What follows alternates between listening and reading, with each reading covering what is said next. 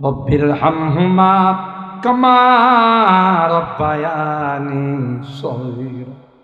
রব্বির হামহুমা কামা রব্বায়ানি সগীরা।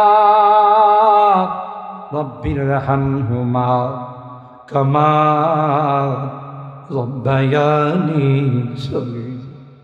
রব্বুল আলামিন আল্লাহ 2 দিন ব্যাপী যুব তাফসীর কমিটির উদ্যোগে আয়োজিত আজকের প্রথম দিনে দীর্ঘক্ষণ পর্যন্ত বসে কোরআনের আলোচনা শোনার পর আমরা তোমার শাহী দরবারে হাত উঠে আল্লাহ মেহেরবানি করে আমাদের জিন্দেগীর সকল গুনাহগুলো মাফ করে দাও ইয়া রাব্বাল আলামিন। জীবনে অনেক গুনাহ করেছি যার কোনো হিসাব নাই, তাই কাঙ্গালের মতো ভিক্ষুকের মতো 2খানা হাত বাড়াইলাম। আল্লাহ মেহেরবানি করে আমাদের জিন্দেগীর গুনাহগুলো মাফ করে দাও। তওবা করতেছি, আর জীবনে কোনোদিন নামাজ ছাড়বো না, আর জীবনে কোনোদিন রোজা ছাড়বো না, আর কোনোদিন হারাম খাইব না, আর কোনোদিন বেপরদাই চলবো না। আল্লাহ মেহেরবানি করে আমাদের তাওবাগুলোকে কবুল করে নাও। কিয়ামতের কঠিন ময়দানে আমাদেরকে গুনাহগার বলে ডাক দিও না।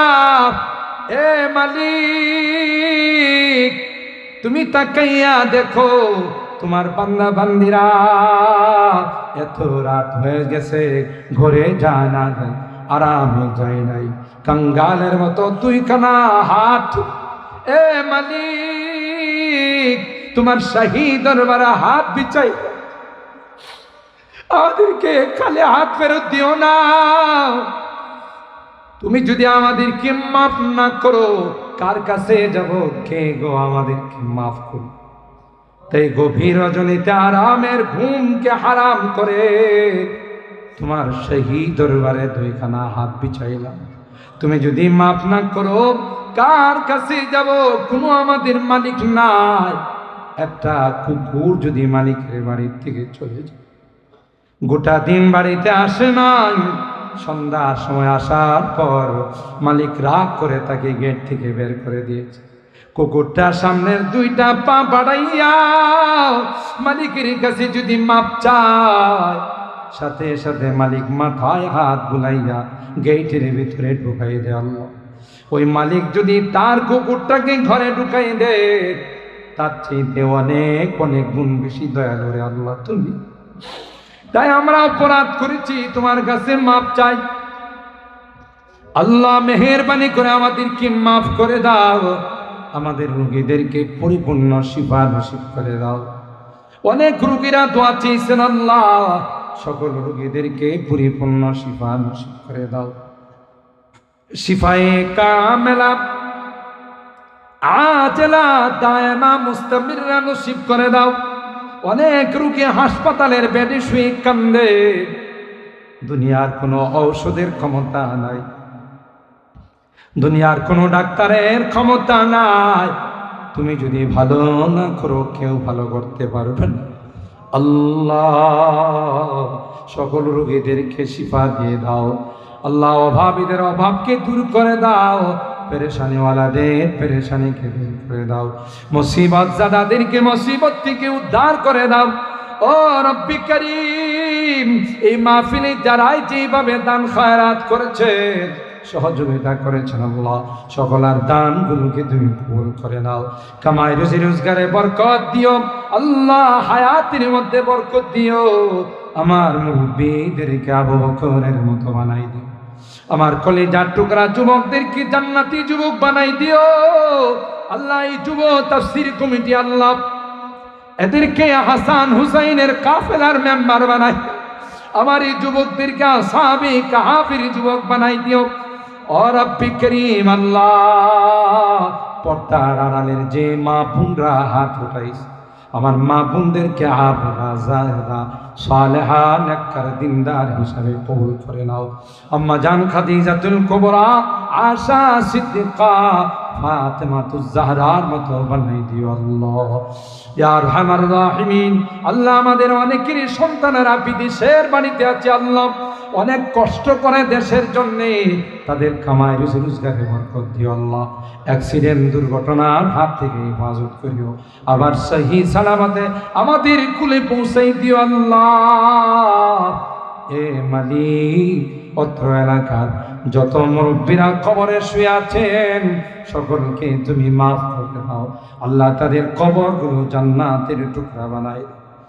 এ মালিক, আমরা যারা হাত উঠেছি রে আল্লাহ, জানি না কার মা নাই, কার বাবা নাই রে আল্লাহ। কতদিন হয়ে গেল মা বাবার মায়াবী চেহারাগুলো আর দেখি, কত আদর স্নেহ মায়া মমতা সোহাগ দিয়ে নিজের না খাইয়া আমার জন্য খানার ব্যবস্থা করে কাঁধে কুলে নিয়ে আমাদেরকে মানুষ বানাইছে আল্লাহ। বাবার হাতে কেউ কোনো কিছু দিলে বাবা আমার জন্য সেটা নিয়ে চলে আসছে, ভালো কিছু দেখলে খায় নাই, ভালো কোনো কাপড় চোপড় পরে নাই, আমার কলিজার টুকরা লেখাপড়া করে তার খরচ। জনম দুঃখিনী মা, আমি কনসেপ্ট করার সাথে সাথে মা কোনো কিছু খাইতে পারে না, যা খায় মার বুকে হয়ে যায়। আস্তে আস্তে মার পেটে বড় হতে লাগলাম, মার কলিজায় লাথি মারি আল্লাহ। মা মা পৃথিবীর কারো কাছে বলে না, নিজে কখনো শুয়ে যায়, কখনো বসে যায়, তারপরও পৃথিবীর মানুষের কাছে ব্যক্ত করে। প্রসব ব্যথা যখন মা শুরু হয়ে গেল, মা মা সবার কাছ থেকে বিদায় নে, আর বলে কত মা সন্তান জন্ম দিতে গিয়ে মারা, আমিও যদি মারা যায় তোমরা কেউ আমার বড় দাবি দোয়ারাই কর। আল্লাহ আল্লাহ, কলস কি কলস রক্ত প্রবাহিত, দুনিয়ার সুন্দর চেহারাটা মা আমাকে দেখাইছে। বাড়ির থেকে বিদায় নিলে মা দরদ মাখা কথাগুলো দিয়া বিদায় জানাইছে। যত দূর দেখা গেছে মা আমার দিকে তাকাইয়া তাকাইয়া কাঁদছে। বাড়িতে ফিরতে দেরি হলে মা দরওয়াজা খুলে দিয়েছে। আজকেও তো বাড়ির থেকে বিদায় নেই, কেউ যে আমাকে বিদায় জানায় না, কেউ যে আমার দরওয়াজাটা খুলে দেয় না। আজকের গভীর রজনীতে বারবার মা বাবার কথা মনে পড়তেছে, তাদের মায়াবী চেহারাটা চোখের সামনে ভাসতেছে। আল্লাহ আল্লাহ, গুনার কারণে যদি জাহান্নামের আসামি হইতাম, আমরা তোমার কাছে মাপ চাই, ক্ষমা চাই। আল্লাহ মেহেরবানি করে আমাদের মা বাবাকে মাফ করে দিও, তাদেরকে তাদের কবরগুলো জান্নাতের টুকরা বানাই দিও ইয়া রাব্বাল আলামিন। যাদের মা বাবা বেঁচে আছেন আল্লাহ তাদের হায়াতে বরকত দিও। জানি না কোন দিন মালাকুল মউতের সঙ্গে দেখা হয়ে যাবে, মসজিদের মাইকে আমার নামটা ঘোষণা হচ্ছে। সাজানো ঘরকে ছেড়ে, সবাইকে ছেড়ে অন্ধকার জগতের দিকে চলে যাবে। দুনিয়ার মানুষ নিষ্ঠুরের মতো আমাকে নিয়ে অজানা অচানা দেশের দিকে রওনা দিবে। আমি চলে যাব, আর কোনদিন আসবো না। ওই মুহূর্তটা আসার পূর্বে নেককার বানাই দিও, দিনদার বানাই দিও, কলমাওয়ালা বানাই দিও। আল্লাহ, আমি যদিও গুনাহগার, অনেক আলেম ওলামাদের কিনে হাত উঠেছি, অনেক সাদা দাড়িওয়ালা মুরব্বীদের কিনে হাত উঠেছি, পর্দার আড়ালের নেককার দিনদার মা বোনদেরকে নিয়ে হাত উঠেছি। আল্লাহ, যাদের হাতখানা পছন্দ হয়, তোমার নবী কয় মুসাফিরের হাত নাকি তুমি ফেরত দাও।